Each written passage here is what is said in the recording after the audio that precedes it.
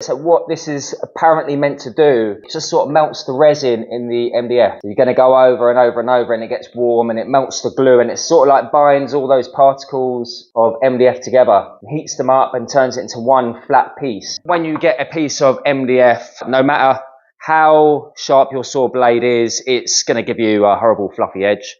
This is MR MDF. It's not the cheapest version of MDF, but it is still fluffy, as you can see. You can still see the saw cuts in it, and if you tried to paint that right now, it would be horrendous. This one's quick and easy. It's if you don't want to get involved with all the filler and stacking up all your work. If you are just doing a few pieces here and there, not a huge pack like the one that you see here. Imagine you're just doing 1 or 2 pieces. You just quickly need to cut a piece up. You need to sand the edges up on a couple, 2, 3, 4. Got one already in the vise, and I've got my little channel system on the bench. I tell you about this all the time in all my videos because I love it so much. It's really, really helpful and really, really useful. I've got my Bessie copy clamps, the Vicos. You want to see any of these tools that I'm using, just look in the video description. And I'm going to be using an orbital sander over there. We're going for a polishing technique today. It's about using a really fine sandpaper on your sander. And we're just going to go over with a fine paper. We're not going to go through the usual of 80, 120, 240. I mean, our standard, if we are stacking up, as you can see there, what Sean done on the pack is 80, 120, 240. Then it's a fill, then it's a sand.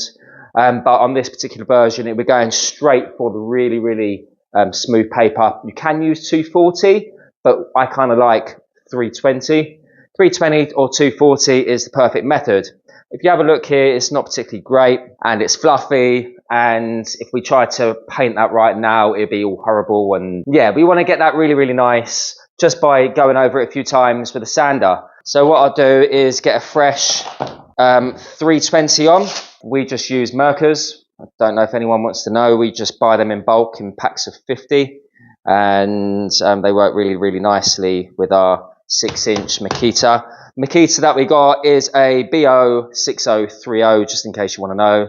And we like these, got no complaints with them, have we? No. It's not a very expensive sander, but it's a very durable one. They've been going for about, how long? 3 years?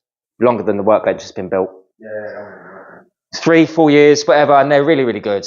We've got no reason to change, and they're relatively inexpensive. So anyway, that's the one that we're going to use. We've got it on the highest speed. Let's go ahead and plug this in. So we've got it plugged into our Hoover, which is ultimately the ultimate workbench, and the power is all rigged up, and the extraction is, so when I turn the sander on, the extraction should turn on. Okay, so yeah, I mean, when you are sanding freestyle with a sander, you know, it's not generally the way to do it. I mean, you get away with a few pieces, like I said, but not over and over. You know, you've got to be relatively good at holding that sander nice and flat. If you're wobbling it around as you go, you're just going to end up with a not very nice flat square piece. So if you are making components that have got butt up against each other, possibly this isn't the method for you. You can also get attachments for your sander, like the Festals do, so that it goes on and it wraps around, and it's sort of like an accessory that just keeps it nice and square to your workpiece. Can't even hear myself talk now, or think. This is literally a nightmare when you're trying to film. Okay, so we're just going to go for it, okay? We're just going to go over it. So what this is apparently meant to do, it just sort of melts the resin in the MDF. So you're going to go over and over and over and it gets warm and it melts the glue and it sort of like binds all those particles of MDF together, heats them up and turns it into one flat piece. So there is limits on how fluffy a piece this technique is going to do, if the list keeps falling off. If it's absolutely horrendous like this piece, you can have a look, we're probably not going to get great results on that, okay? But something like this is fine. If you are going to do this, you're probably going to have to do this technique, then a bit of filler, and then do it again. But then again, yeah, I mean, I probably wouldn't use that. I'll be cutting that off and making sure that factory edge goes. Okay, I'm going on a bit now. Let's go on and do the job.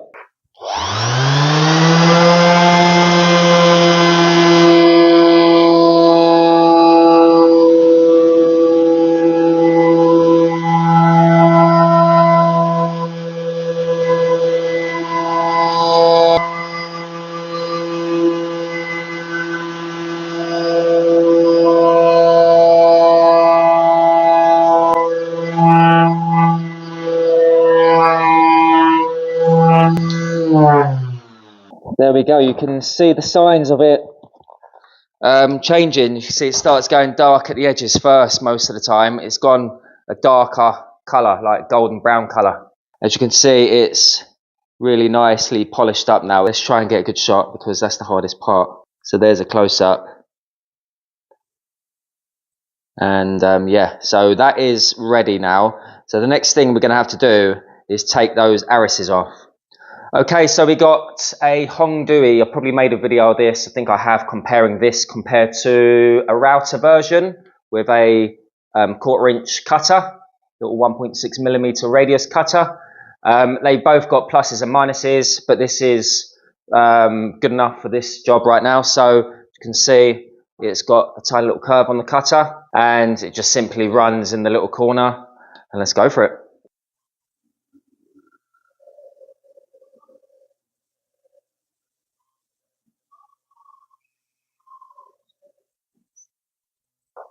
So it's as simple as that, and let's do one in real time.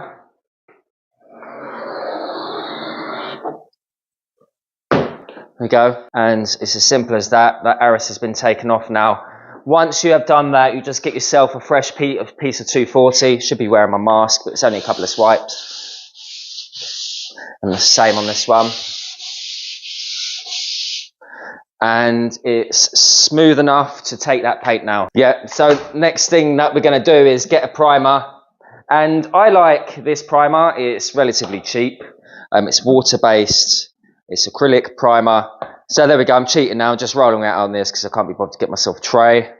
And yeah, you just simply go for it. And it should be really, really good covering paint. 2 we do. Okay. We use a gloss roller as well, so as you're doing that, it's hitting your aris too. And the good thing about this technique, rather than the stacking technique, is that it paints those arises also. Rather than with the stacking technique, what we do is we stack up, we paint as a stack and we break them apart, and then we do the arises, so that arises don't get a hit with the primer. But with this shortcut method, it's getting a hit, which is a bonus. And there you go. And that is it. We've got a component that is quick and easy. So if we just had to do 1 shelf, 2, 3, 4 shelves, you know, not a great amount of shelves, or you just wanted to just get one edge up really, really nice and really, really quickly, this is the technique. It's the polishing technique. It's the shortcut cowboy method.